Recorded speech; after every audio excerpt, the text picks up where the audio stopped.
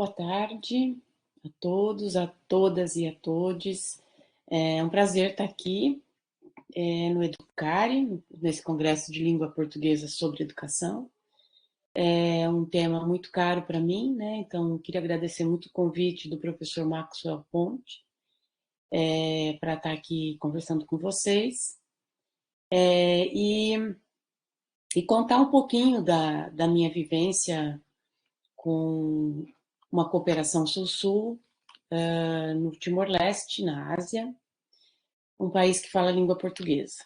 Então, eu vou falar um pouquinho sobre o Timor, depois eu vou contar um pouquinho das nossas atividades lá no programa de qualificação de docentes e ensino de língua portuguesa, o qual coordenamos a partir de 2009, junto à Universidade Federal de Santa Catarina, que é onde eu sou professora, e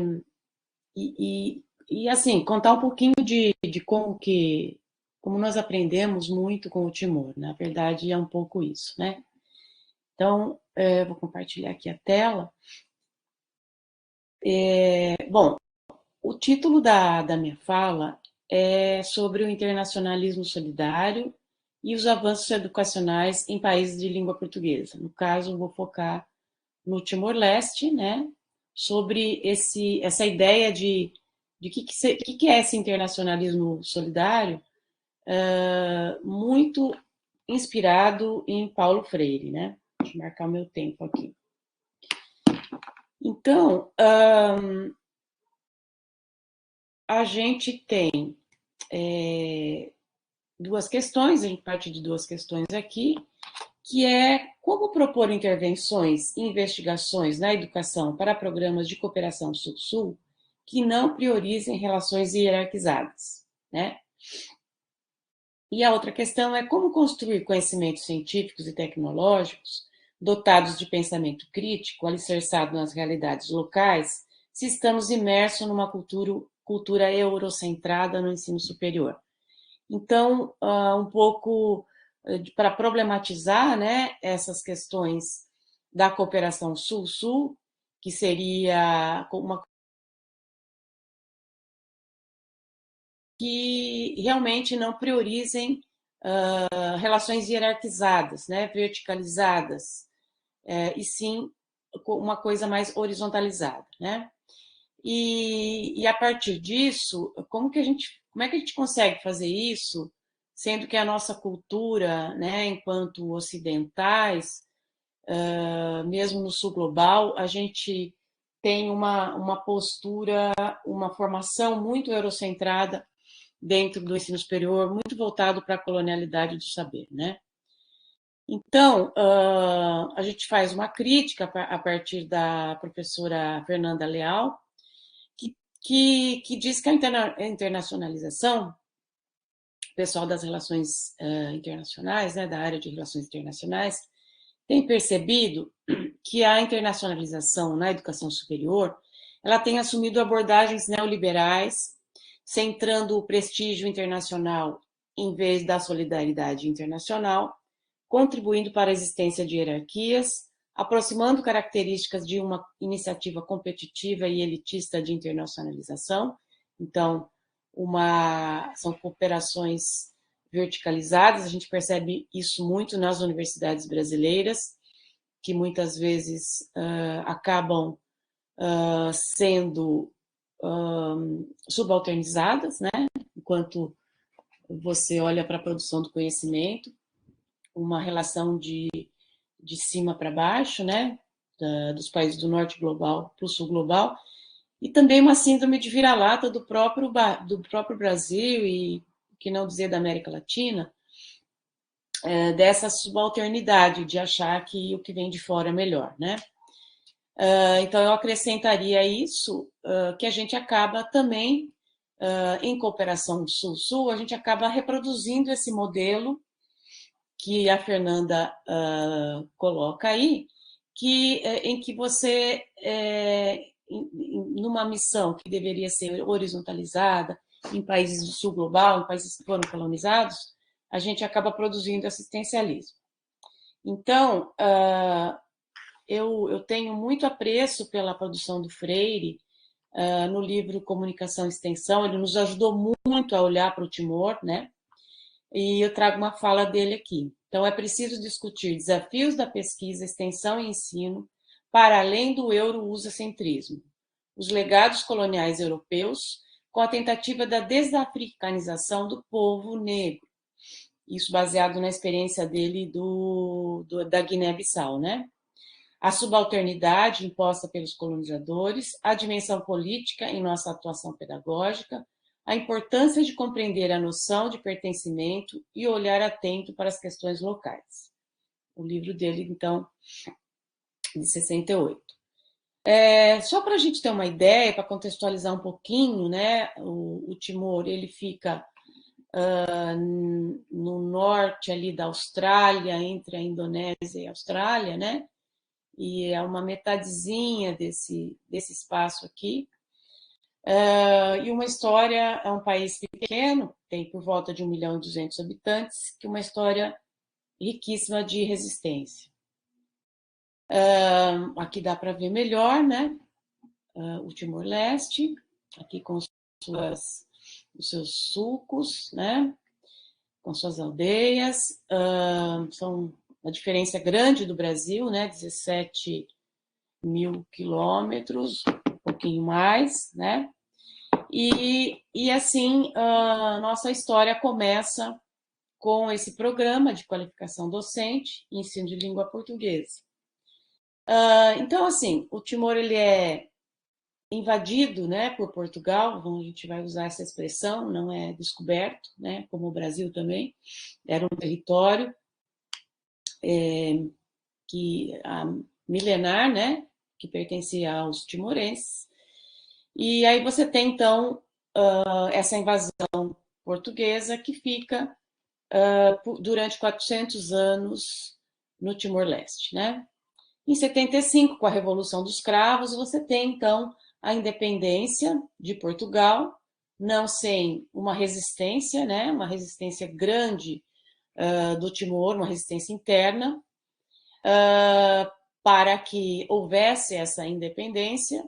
E de 75 a 2002, há uma invasão indonésia que acomete o país com 1/3 da população em genocídio, né, da população, com uma violência física extrema, né, uma violência linguística e muitas outras violências epistêmicas, né? Então, em 99, há uma intervenção da ONU.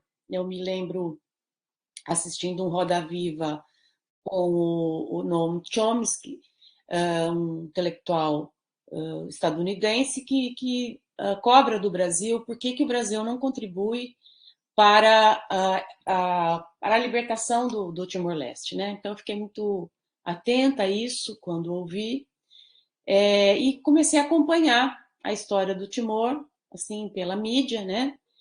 E aí a gente vê, então, uma intervenção da ONU em 99, por conta dessa pressão interna, né, dos guerrilheiros que estavam ali nas montanhas para que essa independência ocorresse, e também uma pressão externa dos países de língua portuguesa, que foi muito importante para que houvesse essa intervenção da ONU e a independência. E aí o Brasil começa, né, esse programa de qualificação docente e ensino de língua portuguesa, enviando 50 professores brasileiros ao Timor-Leste com bolsas da CAPES. Nós entramos em 2009 e ficamos até 2016 como coordenação do programa, né, através da UFSC, e depois, com esse aprendizado e esse amor mesmo pelo Timor-Leste, a gente continua a realizar outros projetos com recursos da CAPES, da ULP, do CNPq, das próprias bolsas do Timor, de estudantes que vieram para cá, e novos projetos atualmente também com o Ministério das Relações Exteriores, baseado na Agência Brasileira de Cooperação. Então, a gente tem muitas histórias, né? muitos desafios e muito amor também para tocar esse projeto. Uma amizade, né, entre o Brasil e o Timor, que continua, né? Aqui eu trago uma foto do Museu de Resistência do Timor, na luta anticolonial dos timorenses em prol da independência do Timor-Leste, né? O Timor, ele em 74 havia várias pessoas morando nas montanhas, né? Baseado muito na educação freiriana, né? Vocês veem aí uma foto bem interessante, né, das pessoas sendo alfabetizadas, e também baseado na medicina tradicional, porque ali onde eles viviam não havia nenhum tipo de médicos ou postos de saúde, né, muito pelo contrário. Então, o intelectual timorense Antero Silva, ele nos conta, né, na sua tese de doutorado, ele fez essa tese na Austrália, né? Ele é professor da Universidade Nacional de Timor-Leste. Ele diz que, ao propor uma política clara de combate ao obscurantismo, ao promover uma campanha de alfabetização em massa, a Frente LIM, que é uma frente de timorense de libertação nacional, também com a constituição do ETDR, levou em conta a importância do conhecimento popular indígena ou tradicional. Um novo homem que participa ativamente da política para participar da sociedade a que pertence. Além da alfabetização, portanto, o objetivo era ensinar as pessoas sobre o nacionalismo e a luta pela libertação nacional, visando a construção de uma sociedade humana. Assim, a educação política foi integrada à campanha de alfabetização e ao novo sistema educacional, que lançou as bases da recente luta pela libertação do povo, além da luta por uma pátria. Então, o tempo é muito pouco, né, para contar sobre essa incrível resistência timorense, né? O Timor foi invadido também pelo Japão, pela Holanda, né? Em outros momentos. Então, é incrível a força desse povo, né? Então, aqui também trago uma fala do Anselmo Xavier, um orientado meu de mestrado, que conta um pouquinho de como a invasão indonésia foi violenta, né? Então, fui para o ensino pré-secundário, que durou de 88 a 92, no subdistrito Watu Carbal. O lugar onde eu estudava ficava a 4 quilômetros da minha casa, e a caminhada era o único meio de locomoção. Nós tínhamos aulas de ciências e biologia e física ministradas pela polícia indonésia, que ia fardada e armada para as escolas, além de outros professores de língua, ciências sociais, artes, matemática e de exercício físico. Aquela situação formava um contexto de opressão, porque a educação era representada por professores e pela polícia. Então, uma coisa também interessante, né, isso para contar um pouquinho, contextualizar essa violência, né, que os timorenses sofreram, a gente tem um apoio dos países de língua portuguesa, como eu já havia falado, para a independência, e o que acaba se optando pela língua portuguesa em 2002, né? Que é a língua portuguesa como língua oficial, além do téton, que é uma língua nativa, né? Então, é interessante mencionar também que em 75, quando houve a independência de Timor, e uma semana após uma invasão indonésia, houve um apoio, né, da Austrália, dos Estados Unidos, de países do norte global em favor dessa invasão indonésia, né? Isso causou muito sofrimento, então isso acaba promovendo um forte vínculo com a língua portuguesa, né? Pelo apoio da CPLP e tudo isso. Porque tem muita gente que fala, mas por que eles estão tão perto da Austrália? Por que não escolheram o inglês? Então, é um pouco tem a ver com essa questão da própria resistência interna de Timor e desse apoio internacional também dos países de língua portuguesa. É importante falar isso nesse evento, né? Então, tem gente que me pergunta para a gente, mas por que o Brasil contribui com o Timor-Leste, sendo que o Brasil tem tantos problemas e desafios também na educação, né? Então, eu achei muito interessante comentar também que o Lula faz parte da política internacional, né, dos governos populares, de Lula e de Dilma também, de ter esse protagonismo brasileiro, né, para tentar enquadrar ali um assento permanente na ONU. Né? Então, achei interessante trazer essas palavras do Lula na COP de 2022, no Egito, né? Onde ele fala que nós voltamos para propor uma nova governança global. O mundo de hoje não é o mesmo de 1945, quando foi instalado, então, a ONU, né? É preciso incluir mais países do Conselho de Segurança da ONU e acabar com o privilégio do veto, hoje restrito a alguns poucos, para a efetiva promoção de equilíbrio e da paz. Né? E para nós, né, como é que foi o nosso giro decolonial? A gente teve grandes inspirações nesses primeiros diálogos com o Timor-Leste com os trabalhos do Freire, né? O Freire, em 64, ele, após o início da ditadura militar aqui no Brasil, ele fica preso por 72 dias e, em setembro, ele deixa o Brasil com a família e vai para o Instituto Chileno de Reforma Agrária. E ali ele escreve Educação para a Liberdade, como prática de liberdade, desculpa. No exílio também do Chile, ele escreveu Comunicação e Extensão, ao trabalhar com os camponeses. Depois ele escreveu Pedagogia do Oprimido, e depois ele escreveu Cartas à Guiné-Bissau, em 78, por conta do trabalho dele na Guiné-Bissau mesmo, né? E é interessante colocar que, numa entrevista com o Frei Beto, o Paulo Freire diz que o exílio foi um momento de aprendizado, né? Para mim, o exílio foi profundamente pedagógico. Quando exilado, me distanciei do Brasil, comecei a me entender e entender tudo melhor.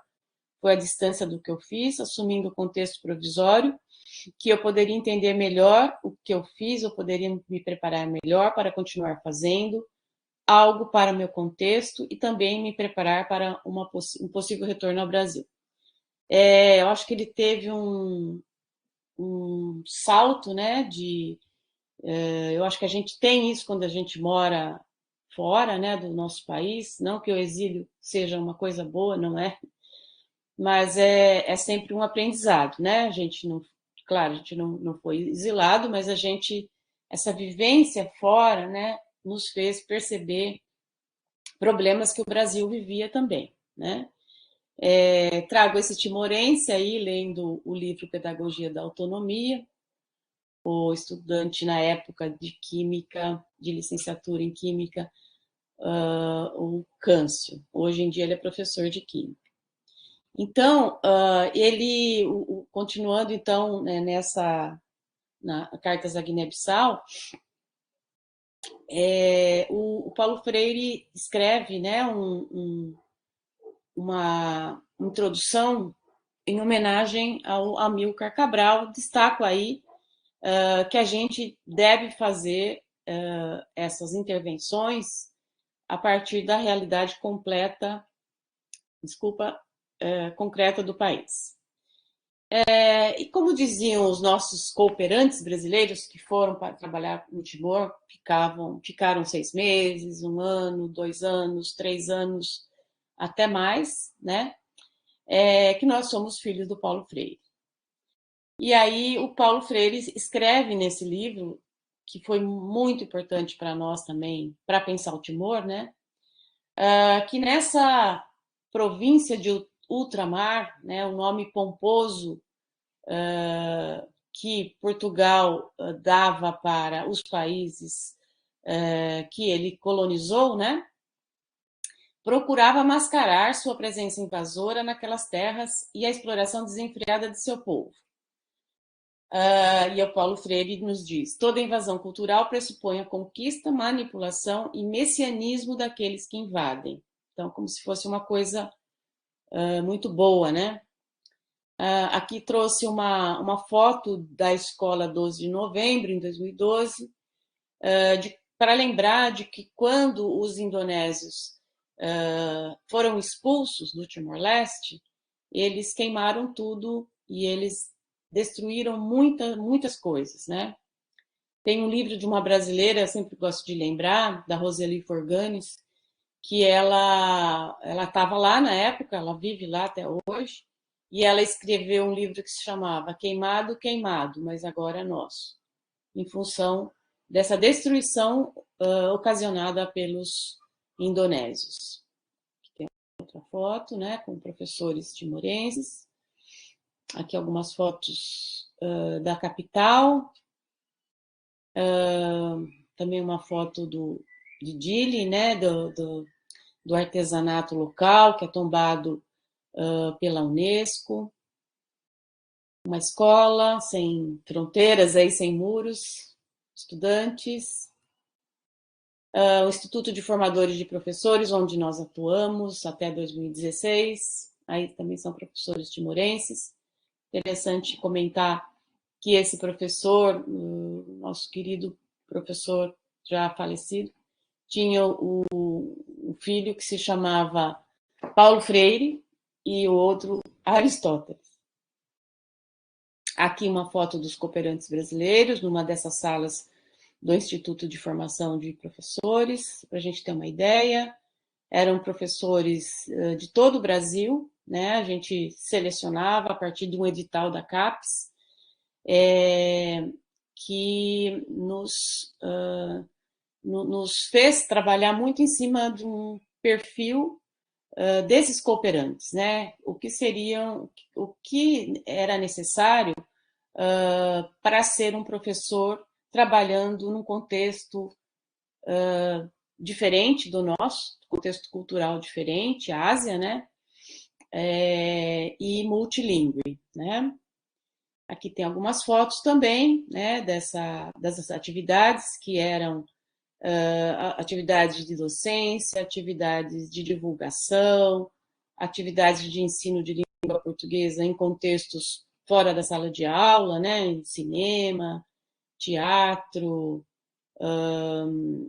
biblioteca, mídia educativa, né? A gente atuou também em alguns programas da TV educativa. Dentro da universidade, a gente fez o primeiro simpósio de educação, né? A gente organizou o primeiro simpósio de educação na UNTL, na Universidade Nacional de Timor-Leste, e a partir disso, muitas coisas foram acontecendo por iniciativa dos próprios timorenses. É muito bacana, assim, de relatar, né?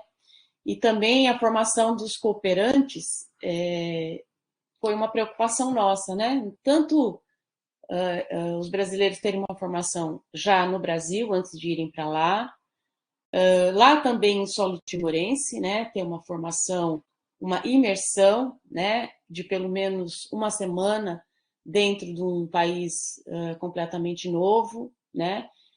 Tanto em relação à cultura, quanto ao dia a dia, quanto aos materiais didáticos.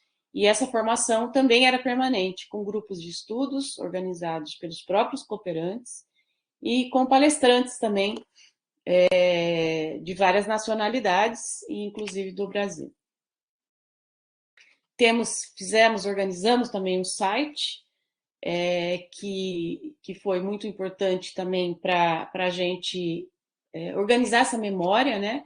Aí tem o endereço, tem muita coisa aí, tem o projeto político-pedagógico, tem livros que nós organizamos, tem fotografias, tem relatórios, tem artigos, galeria de fotos, então tem muita coisa bacana aí para quem tiver interesse, né? Então, assim, para falar um pouquinho mais do nosso trabalho, a gente começou a fazer as primeiras questões logo em 2009, no enfrentamento desses desafios e possibilidades, como gosta de falar o Paulo Freire, de denúncias e anúncios, né?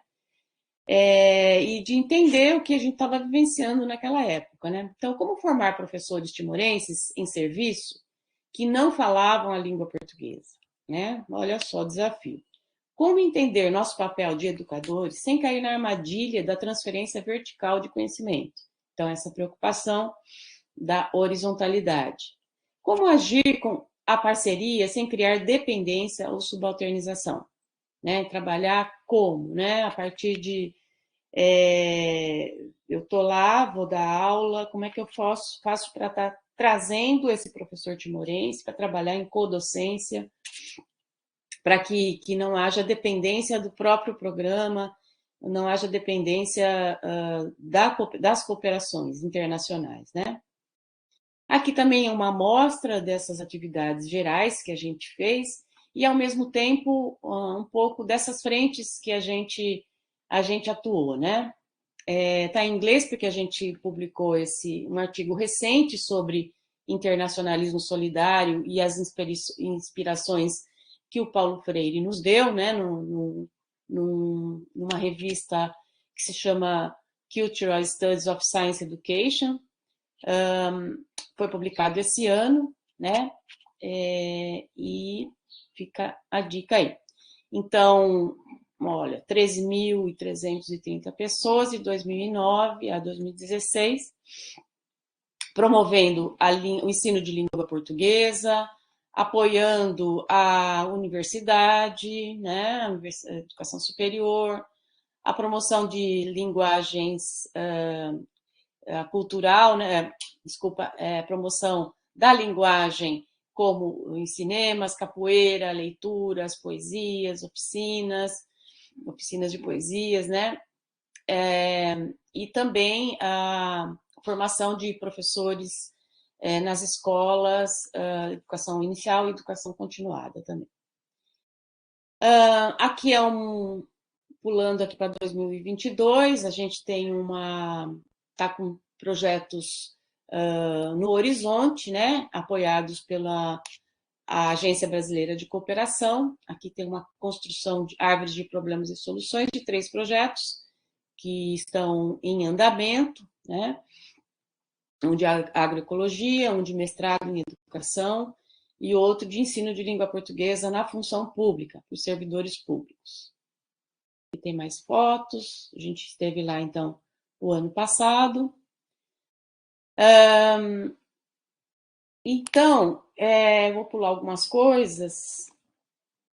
Eu já falei um pouco disso, né, de como que os portugueses ensinavam os próprios portugueses na década de 60, né? Isso é um livro didático de Portugal, no governo de Salazar, como se as colônias fossem território português ultramarino, né? E nesse livro, a gente percebe, nesse livro didático, que eles trabalham numa perspectiva de que os territórios são deles, mas não dizem como os colonizados são tratados, né? Então, a escola colonial, ela transmitia a mensagem de que a história dos colonizados realmente só começava com a presença civilizadora dos colonizadores. Isso é importante para a gente entender como que a gente sofreu, o Brasil também, os países da América Latina que foram invadidos pela Espanha, né? E da África também, né? Com certeza, pela Inglaterra, pela Holanda, pelo Portugal, de como esses países foram colonizados com o discurso de que essas pessoas não tinham bons genes, né, eram primitivos e não tinham alma, né? Então, será que isso mudou, né? A gente percebe que na Europa não se é ensinado essa questão dos colonizados, é como se ainda houvesse esse discurso de que foi bom para esses territórios, né? Sem falar desses que o colonialismo foi construído a partir do tráfico de escravos, do roubo sistemático de suas colônias africanas, da produção do capitalismo, né? Que vai, então, detonar várias ecossistemas brasileiros e da América Latina e também da África, plantando café, algodão, fumo, trigo, né? Isso também promoveu um prejuízo ao meio ambiente, né? Isso é interessante também falar. Tem um livro bem interessante do Malcolm Ferdinand, Ecologia Decolonial, que ele aborda essa questão do meio ambiente também, que eu acho que é importante para a gente pensar tanto na produção do capitalismo, mas também no impacto ambiental que teve essas invasões, né? Não só isso, também na escravização das pessoas, na morte, né, dessas pessoas e também na morte dos conhecimentos, dos saberes, né? E aqui o Paulo Freire fala também na Cartas à Guiné-Bissau que a educação colonial herdada tinha como um dos seus principais objetivos a desafricanização dos nacionais. Foi discriminatório, medíocre, baseado no verbalismo. Não poderia contribuir em nada para a reconstrução nacional, porque não foi constituída para esse fim. Isso é muito interessante, né? Essa ideia da desafricanização, né? Da colonialidade do ser, né? O Paulo Freire não falava isso, mas eu acho que tem vários autores dos estudos decoloniais que eles nos ajudam a entender como esse modelo colonial de educação foi projetado para fomentar um sentimento de inferioridade na juventude, né? Então, é muito importante, né, que essa história seja contada pelos ex-colonizados, né? Seja contada pelas pessoas que viveram isso e não por pessoas que têm outros olhares, né? Uma coisa interessante que a gente aprendeu, então, a partir desse trabalho com o Timor-Leste, novos olhares para o Brasil, né? Em relação ao enfrentamento desses efeitos de colonialidade, né? A gente tem, então, Paulo Freire tem essa dialética denúncia-anúncio, né? O levantamento, então, de problemas, de desafios, né? E depois não ficar só nessa atitude contemplativa, né? De tentar trabalhar outras formas de enfrentar essas colonialidades, né? Então, conosco, olhar para o Brasil nos fez perceber muitas das coisas que estavam meio que invisibilizadas, né? Para nós, pelo menos. Principalmente na universidade, que é muito branca e elitista, né? Então, a gente começou a perceber a questão do racismo, da homofobia, da transfobia, do patriarcado, dos privilégios da branquitude, né? Dos descapacitados que sofrem com esses silenciamentos, invisibilizações, né? E também de pensar em anúncios, né? De políticas públicas como cotas raciais para negros e indígenas, o que fez nos induzir também a essas pesquisas, né? A luta por uma sociedade menos desigual, por exemplo, aprendendo com os movimentos sociais, a contribuição, né, dessa quebra de silêncio imposto pelos efeitos de colonialidade, né, como fazer essa quebra de silêncio, como abrir espaços contra-hegemônicos a essa herança colonial para podermos enfrentar as injustiças sociais. Eu trago, então, também um pouquinho da questão da compreensão do funcionamento do racismo, né? A gente que é da área de educação e ciências, né? No meu caso, da educação em biologia, é muito importante a gente compreender como o discurso dos que não tinham alma, né? Dos primitivos, ele migra para um discurso científico daqueles que não têm bons genes, né? Então, eu trouxe aqui alguns responsáveis, digamos assim, né, pessoas que contribuíram para a construção da ideia de racismo.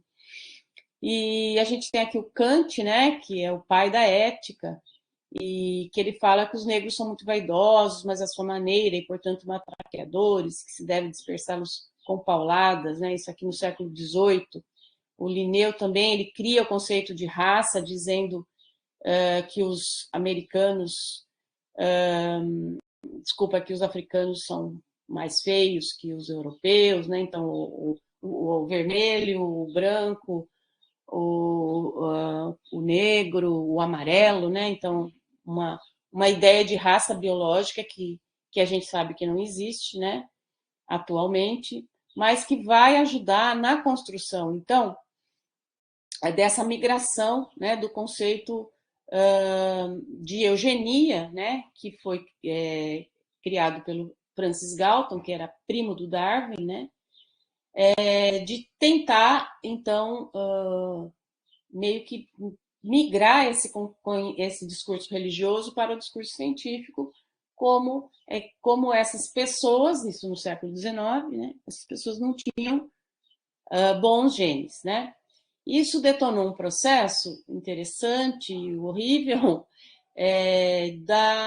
do movimento eugênico, né? Que vem, então, a partir de intelectuais e cientistas no século XX, cientistas defenderem a esterilização eugênica de degenerados, a seleção racial de imigrantes, o nazismo, né, o conceito de QI, que existem pessoas mais inteligentes, então têm privilégios. E isso vai, né, ao longo dos séculos 18, 19, 20, 21, a gente vê o James Watson ainda fazendo e a gente está vivendo um momento ímpar também no Brasil de perceber como a nossa sociedade é racista e como esse discurso está muito presente na nossa sociedade, né?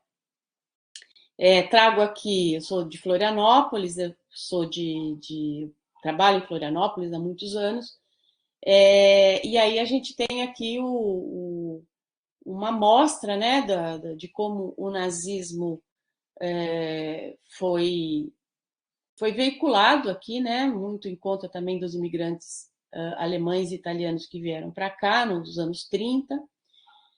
A gente vê aí uma suástica, né, no pavilhão do estado de Santa Catarina, na feira do centenário da Revolução Farroupilha, né? Então, o pavilhão de Santa Catarina traz aí uma suástica. E hoje, atualmente, né, a gente percebe que isso está presente ainda na nossa sociedade, né? A gente tem aí, só trouxe 2 exemplos, né?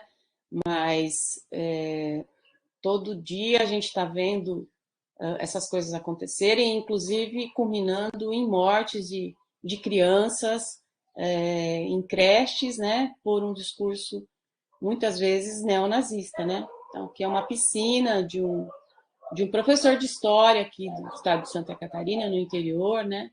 E aqui também uma notícia de uma fábrica de artefatos nazistas aqui em Santa Catarina. Bom, então, esse tipo de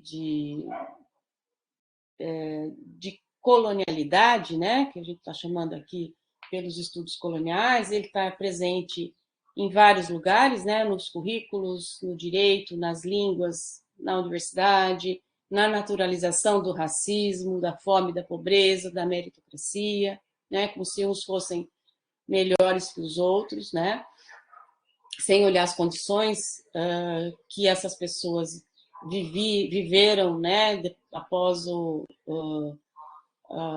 a escravização delas, né, e mesmo após a libertação dessas pessoas escravizadas, as condições que elas viviam, né, e aí símbolos, né, como os monumentos, o Borba Gato está lá inteiro ainda lá em São Paulo, né, que a gente também tem aqui em Santa Catarina, na cultura, nas artes, no cotidiano, quando a gente olha para vários aspectos da nossa moda, por exemplo, né?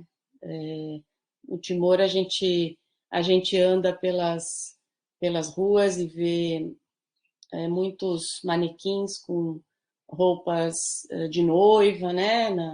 Nas suas lojas, então brancas então existe muita coisa aí para a gente pensar a partir dos estudos coloniais, né? Então, aqui, dividindo essa colonialidade do poder, do saber e do ser, né? A gente traz como colonialidade do poder as relações de poder com outras cooperações. Isso quando a gente analisou as falas, né, dos nossos cooperantes também, numa pesquisa que a gente fez, né? Sobre a falta de cooperação entre nós, né? A dominação do pensamento dos portugueses, dos altos escalões timorenses, o apagamento das questões locais, a contribuição dos cooperantes, se a contribuição dos cooperantes não for realizada de forma autêntica, não contribuirão para a autonomia timorense. Aqui são, em relação à colonialidade do saber, né? A gente vai perceber, então, marcas da herança colonial na educação, né? Sistemas tradicionais de ensino, ênfase na memorização, sistema centrado no professor, imposição de formas de pensar, está se experimentando um modelo de educação que, em alguns casos, não coaduna com a realidade local. Me parece que os timorenses reconhecem o saber europeu como mais confiável. Isso são dados de 2016, né, de momentos de impressões, né, vivenciadas pelos cooperantes brasileiros, que a gente dividiu, então, nesses tipos de colonialidade. E, finalmente, a colonialidade do ser, né, que promove a imperialização pelo discurso da civilização, que vem ali dos invasores, né, europeus, e que ainda permanece nas nossas sociedades, né? Alterar sua própria identidade cultural e educacional, ou seja, priorizar outra identidade, né? Mesmo com boas intenções, influenciamos pesado na cultura deles. Isso também é uma coisa, é um meia-culpa, né? Pouco cuidado dos países cooperantes em desenvolver seus trabalhos isentos. O povo viveu em constante presença de estrangeiros em relações assimétricas. Então, isso produz esse tipo de colonialidade do saber, né? Vou pular um pouquinho aqui.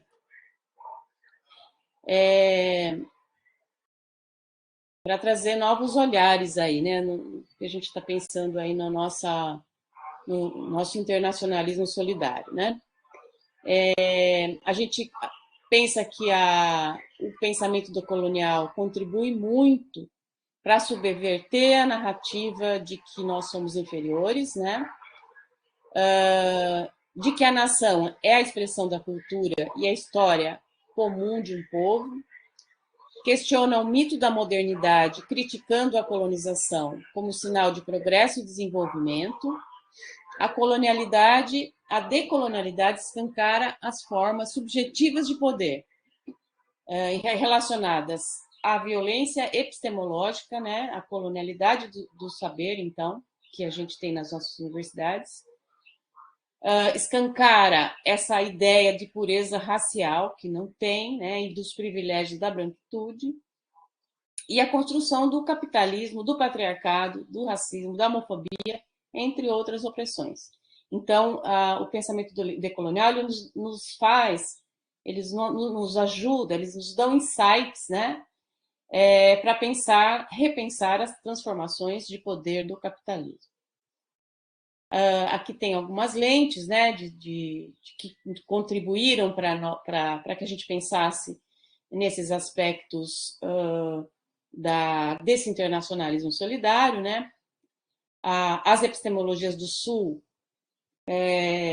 relacionada a um diálogo horizontal entre conhecimentos, né?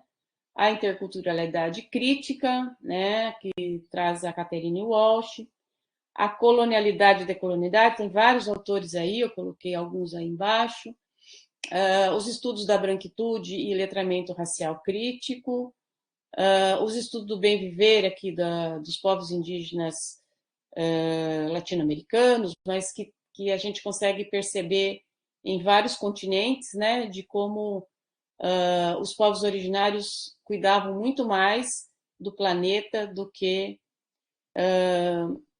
os que nos invadiram, né? Que tem um livro importante.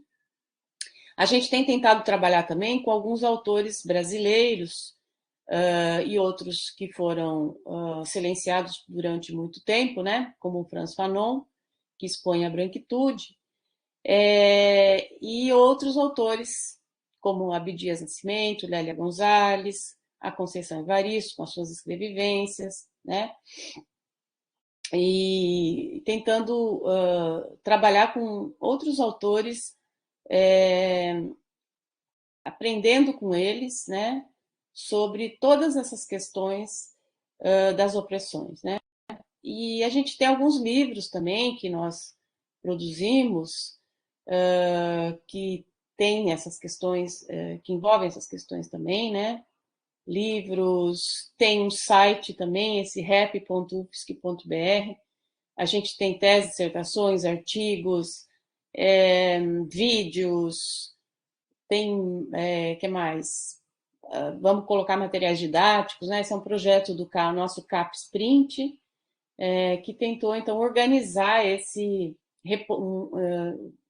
nesse projeto, né, um repositório de práticas interculturais e pedagogias decoloniais. Aqui se pode, no REP, nesse repositório, se pode encontrar, buscar, né, palavras-chave. Eu peguei aqui o Timor-Leste, então veio bastante coisa, artigos, livros, teses, dissertações, né? Encontrei aqui 38 trabalhos que nós organizamos aqui. Tem também vários trabalhos, artigos, né, que nós organizamos. Tem esse aqui de 2021, né, um dossiê, Linguagem, Literatura e Decolonialidade, Caminhos para Pensar a Educação e Ciências. Tem um outro dossiê que a gente organizou também, que era sobre essa questão da internacionalização também das nossas universidades, e pensando o Timor, né? E para encerrar, eu trouxe algumas ideias para a gente explorar, né? Para a gente trabalhar em cima em relação ao internacionalismo solidário, né? Caminhos para pensar esse internacionalismo solidário, né? Então, vamos lá. Relações mais horizontalizadas. O que é importante, né? Na verdade, caberia uma pergunta. O que é importante no internacionalismo solidário, né? Então, vamos lá. Relações horizontalizadas, reflexões ao longo de todo o processo de intervenção, né? Saber ouvir, trabalhar com e não para, isso é muito importante, né? Trabalhar em conjunto, no coletivo, e não para a cooperação que você está realizando, né? aprender com o outro, isso aí é o Paulo Freire muito presente, né? Compreender os efeitos de colonialidade, então, compreender esses efeitos é importante para a gente pensar no que fazer, quais anúncios podem ser feitos. Então, os efeitos de colonialidade, eles são denúncias, né? Para a gente pensar anúncios. Ser solidário sem ser assistencialista, né? Porque no começo a gente percebia, até nós mesmos, que nós íamos para um trabalho para ajudar, né? Ajudar. E nem sempre essa visão, nunca, na verdade, essa visão ajuda na relação da cooperação sul-sul, né? Porque o assistencialismo, você parte do ponto que aquela comunidade, aquela sociedade é mais inferior. Então, a ideia, que eu acho que também é um grande desafio, né? Ser solidário sem ser assistencialista. Estar atento às incertezas, né? Nesses vários países do sul global, a gente tem heranças coloniais relacionadas à violência, né? Tanto o Brasil, por exemplo, com a questão da diáspora africana, né, em relação ao racismo, né? Como a própria política interna relacionada a conflitos, né, ou a sociedade pós-conflito, que pode ter problemas que a gente nunca vivenciou, né, num país tão recente como o Timor, que teve a independência em 2002 e um grande período de conflito e guerra, né? Ter respeito pelo outro, estar vigilante sobre novas colonizações de nossa própria iniciativa, né? Um pouco do que aquela cooperante disse, de como a gente acaba indo colonizar novamente, né? Uma mentalidade que, como a gente está imerso nessa colonização, nessa herança colonial, a gente pode trazer um pouco essa perspectiva de colonização, né? Principalmente quando a gente é professor de ciências, então é bem complicado. E também reconhecer que a linguagem ela também é produtora de hierarquias. No caso do Timor, a língua portuguesa contribuiu muito para que houvesse essa independência do país, né?